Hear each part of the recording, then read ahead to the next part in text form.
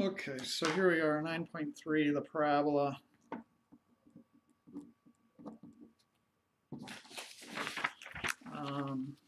We want to begin by reviewing a little bit. So we've already dealt with parabolas before.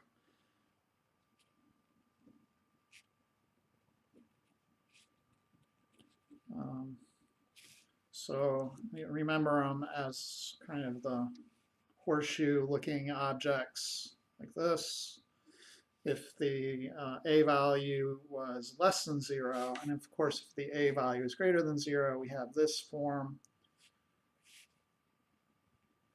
And there's an axis of symmetry, there's your vertex. Okay. So the forms we had dealt with, the kind of vertex form, a times x minus h squared plus k, which is just the shifted form of our common form, y equals x squared. Okay, so in this case, vertex form, easy to see what the vertex is. You can just read it off of the equation. The second form that we're familiar with, much more familiar with, y equals ax squared plus bx plus c. The vertex is a little harder to unlock. The x-coordinate negative b over 2a, and then the y-coordinate is f of that. So a little more computation involved, and you just can't read it off the equation. So not as great. Okay, so now we want to define the parabola in terms of a set of points like we did before with the hyperbola and the ellipse. So you can consider all these guys grouped together, and they call them the conic sections. Okay? So secondly then, we have another definition for the parabola, and we define it in terms of distances from this thing called the directrix and another focus. Okay, so before we had two foci, now we'll have a directrix and a focus. So it's a set of all points such that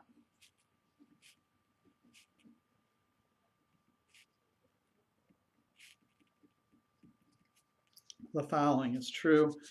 And before showing you the relation, let's go ahead and just draw a graph of this thing. Okay. So there's going to be a focus and a directrix. So let's put the directrix about right here, and then maybe the focus about right here. And the point, again, we'll call P, and on the directrix, we'll call this point, I guess, D, and then this point F. Okay. So the relationship that's satisfied by the parabola, it's the set of all points P such that the distance from P to D is equal to the distance from P to F. Okay. Okay. This line right here is called the directrix. And if the vertex is at 0, 0, like it is now, the directrix will be x equals negative p. And then the distance from here to here is p. So this point here will be p comma 0. So this is the directrix. Oops. This is this line here. Let me be clear. That line is the directrix, and then this point here is your focus. Okay, so you're going to want to get that information, in particular this little p value, not to be confused with this big P right here. This is a different P. We can maybe make it big. Okay. This P and this little p are different. So the little p is the distance. This big P is just a general point on the parabola. Okay, so again, we're going to have all kinds of basic forms for shifted versions of the parabola, and what you're going to be doing is kind of sneaking in an h and a k. So for this form right here, the formula would be x squared equals what is it, 4p times y. Okay. Let's look at the more general forms, though. And this next section, I'm calling it the standard forms. So you'll have the sideways facing group and then the up and down facing group that we're familiar with. So first, let's take a look at the sideways facing group.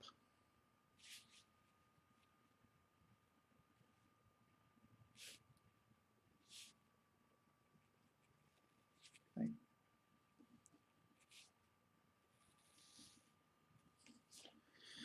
So in particular, this form, when it's sideways like that, the y will be squared as opposed to the x being squared. So if you look back to our review, we're kind of familiar with this ax squared plus bx plus c. But imagine instead you have x equals ay squared plus by plus c. And that's kind of what we're dealing with when it's facing sideways. So the y is squared instead of the x squared. So the general standard form will be y minus k, and we include the k for the vertex squared, equals 4p times x minus h. Okay. So again, the vertex is at h comma k. And then to get to the focus and the directrix, we go back and forth by this p value here. Okay, so the focus, and we're going to have to move in the x direction, so h plus p comma k, and then the directrix, we're moving backwards, so h minus p. So our formula will be x equals h minus p. Okay. So this forward orientation, this going in this direction, opening in this direction, is when p is greater than 0. Then when p is less than 0, it'll go in the other direction. Okay. I'm not going to draw that though. Let's look at the other orientation that we're more familiar with.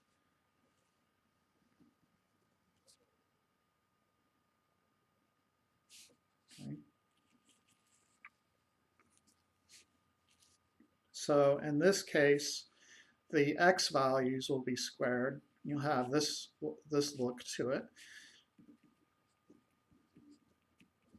The vertex again will be h comma k, but the focus now will move up or down by p units. And again, it's this p from here. So the focus will be h comma k plus p, and then the directrix will be y equals k minus p. Okay, one other thing that will help us to draw the picture, and of course this is the orientation when p is greater than 0. If p was less than 0, it would go down. One other thing that helps, you may have seen me put these little dots here and here. You get those from the lattice rectum, and the distance from this point to this point is just 4 times p. Okay. And that's how I was able to kind of guess. So it's kind of like you take this distance and multiply it by 4. So this graph isn't appropriate, or multiply it by, I guess, 2. And so it'd be this distance, and then it's kind of like it goes there, and then there, and then the same distance here, these p values all over the place. Okay, so that helps. So let me just note that the lattice rectum length in either case is going to be the absolute value of 4 times p.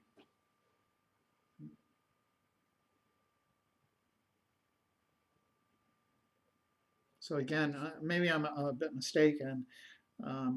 If the distance from here to here is p, then the distance from here to here is 2p. Okay, so basically you have to take this distance and go up that distance. So my graph is pretty far off from what it should be. I'll make it more clear once we get to some examples. Okay, but I think that's a pretty good idea. Let's look at number 6. We have y squared equals 4 times x. Okay. And this is actually in our standard form. We can write it or kind of expand it and say this is the same as y minus 0 squared equals 4 times x minus 0, such that the vertex is actually 0, 0, right? So the vertex is 0, 0. The y is squared, so we know it's going to be a sideways facing parabola, and the p-value here, we can solve it by setting 4p equal to this thing right here. Okay, so I set 4p equal to this, and so p is equal to 1 in this case. Okay, so our end graph here, we have our vertex here, and then our focus will be 1 away in this direction, and our directrix will be right here. So the focus will be at 1, 0, and the directrix will be at x equals -1. And then if you want to do the lattice rectum, you know the lattice rectum, its length is 4 from this expression. And we cut it in half. Just go up by 2, gives you one of them, and then down by 2. I won't require the lattice rectum on the test, but if you kind of have a, what do they call it, the A-style personality, you probably want to include that. Makes it look real nice.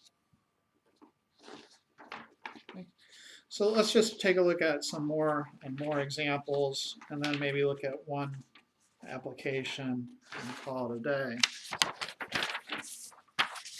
So this is number 12, and we have x squared equals -20y.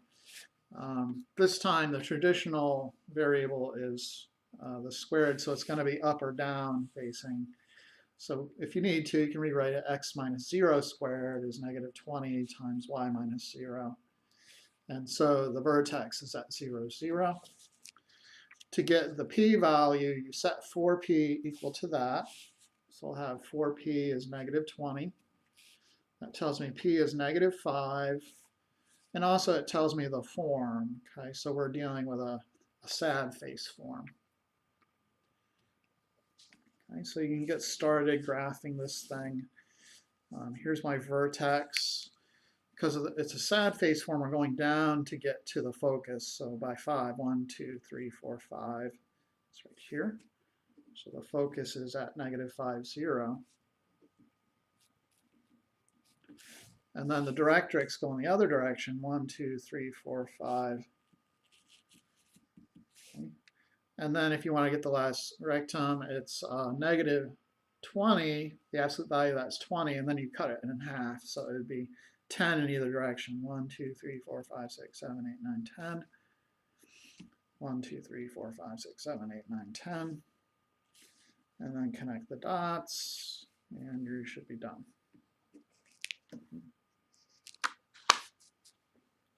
Okay, so the directrix then would have been y equals, you go in this other direction, 5.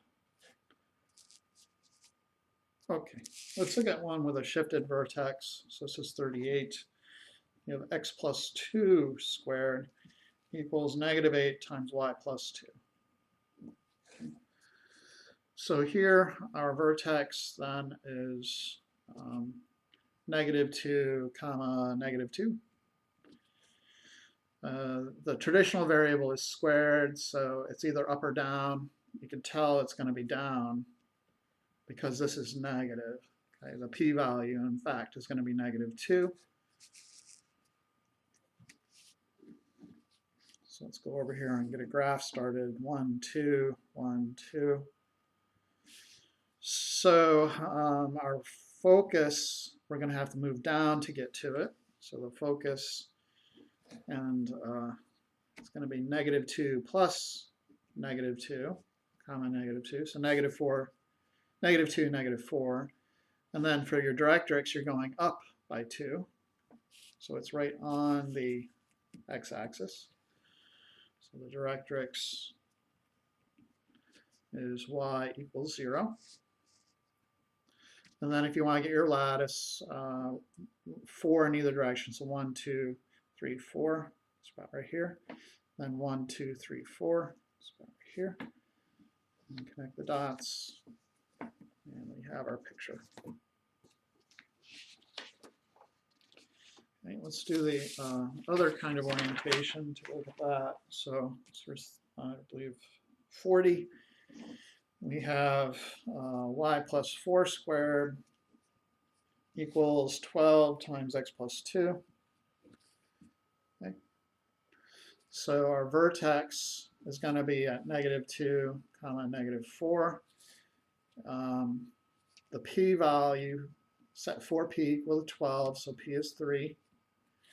The orientation, we have y squared this time, so it's going to be left or right facing. The p-value is positive, so if you do a sketch, it's going to look like this. Okay. And we can go ahead and start drawing. So -1, 2, -1, 2, 3, 4. I have to move by 3 to get to the focus. So 1, 2, 3. And then I have to go backwards 3 to get to the directrix. The lattice, it looks like it's 6 in either direction. 1, 2, 3, 4, 5, 6. And then 1, 2, 3, 4, 5, 6. Whoops, and you have to go from the focus in order to get those. So 1, 2, 3, 4, 5, 6. 1, 2, 3, 4, 5, 6. There we go. So the focus then, we went to the right. In other words, we manipulated the x-coordinate by 3. And then for the directrix, it's x equals, and then we went -2 and then minus it by 4.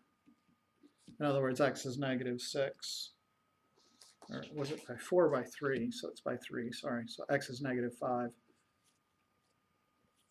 for your directrix. The last one we'll look at is completing the square problem. So when we did the parabola or the hyperbolas and the ellipses, of course, we completed the square sort of at the end. So here's a similar kind of problem, but with parabolas. You only need to complete one square, though, here. We're going to collect all the square parts on one side, so the square variable parts on the one side. So you have the x's over here, and then we want to complete the square. On the other side, I'll have -8y minus 1 plus, I need to complete the square. So here, 6 over 2 is 3, 3 squared is 9. Add that as well to the other side. So you get x plus 3 squared equals -8y plus 8. And then I want to factor this so it's in the standard form. X plus 3 squared equals, you could factor out a -8, and you get y minus 1. Right? So our vertex is at -3, comma 1. Our p-value set for p equal to -8. So p is -2. The traditional variable is squared, so it's either going up or down. The p-value is telling us it's going down. Okay. And then we could start graphing this thing. So I go -1, 2, 3, comma 1. To get to the focus, you go downward, because from our picture, that's kind of the idea, right? So go down by 2. And then for the directrix, up by 2.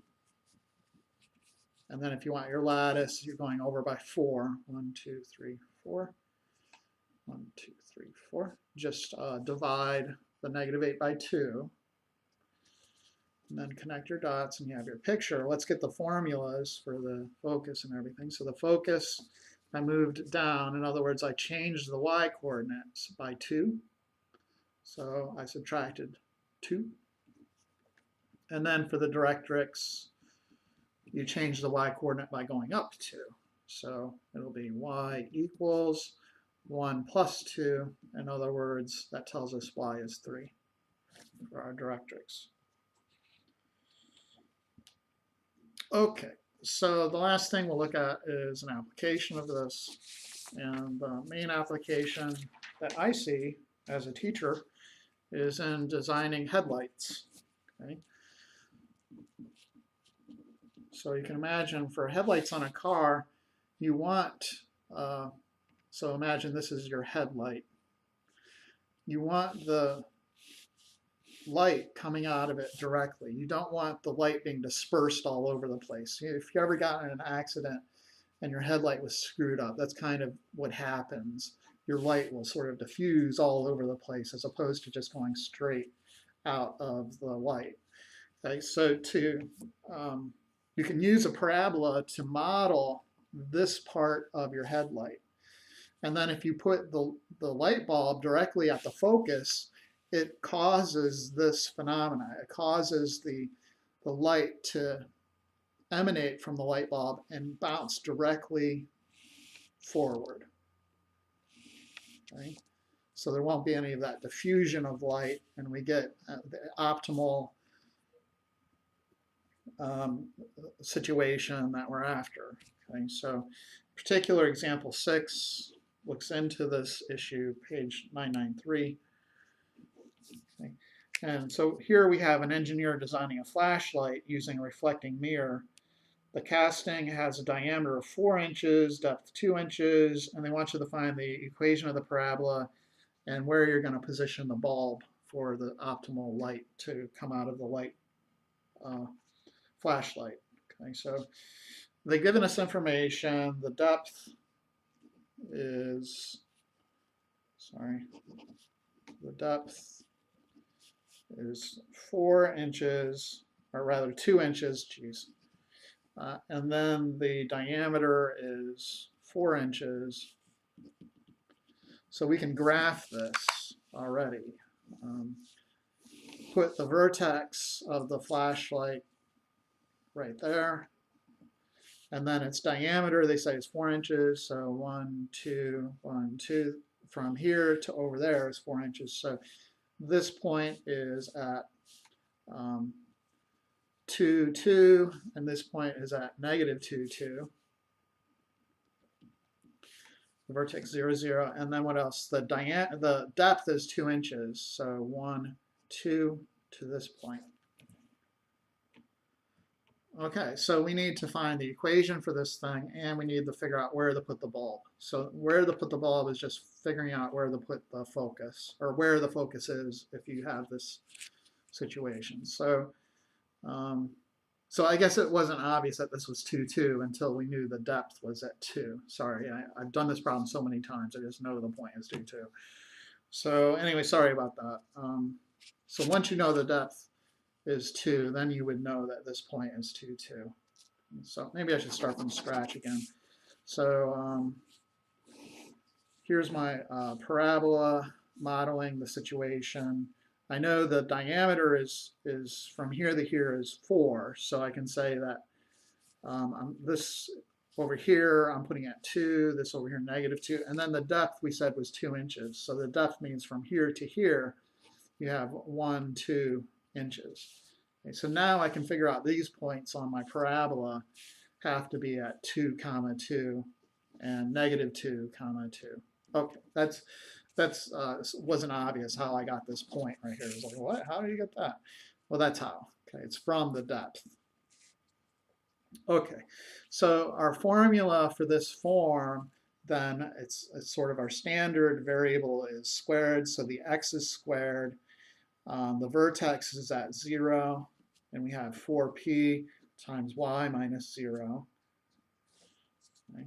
So if we clean this up, it's x squared equals 4p times y. I need to figure out what the heck this p value is. Okay. I can figure that out just by inserting these ordered pairs. Okay. So if I put in 2, 2, 2 squared is 4 equals 4p times 2, and solve for p, right? So 4 equals 8p, so p must equal 1/2. Okay, so our formula then is x squared equals 4 times 1/2 times y. In other words, x squared equals 2y. And then our position for the focus will be at 0, 1/2 based off of the p value. So we want to put the light bulb right there.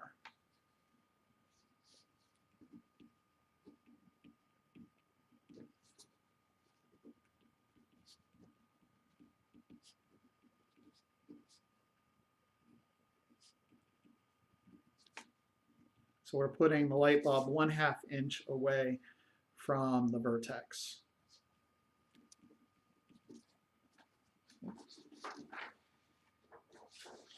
Okay, so at the end of the day, that's pretty much it. One thing I didn't note were degenerate conics, which sometimes will pop up when if you keep doing math, you'll see them floating around. You know, we'll sort of speak in general of conic sections, and you could figure out what the conic sections are by looking at intersections of the plane and this double-headed cone. Okay, so if a plane went directly through this object here, so if I intersected it right here, the result of the intersection, sort of the residue on this plane, would be just two lines crossing each other. Okay? And that's one of the degenerative conics. You can see the other conic sections if you kind of take this cone, let me draw it again, and maybe intersect it with a plane a little farther out. Okay? In that case, it's going to give you a hyperbola. Sorry. So if you intersect it here, the residue on your plane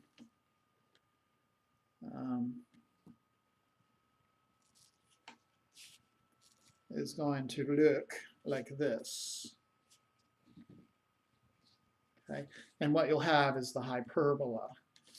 Okay, so you can inspect this cone shape and consider slicing it in different directions with planes, and you'll get the different object. If you slice it right here, you're going to get an ellipse of some sort.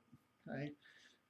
It's like if you cut an apple in half and you look at the two sides of the apple, it's kind of like a, well, it's not exactly circular, but you know what I mean. It's supposed to be like a circle shape. Okay?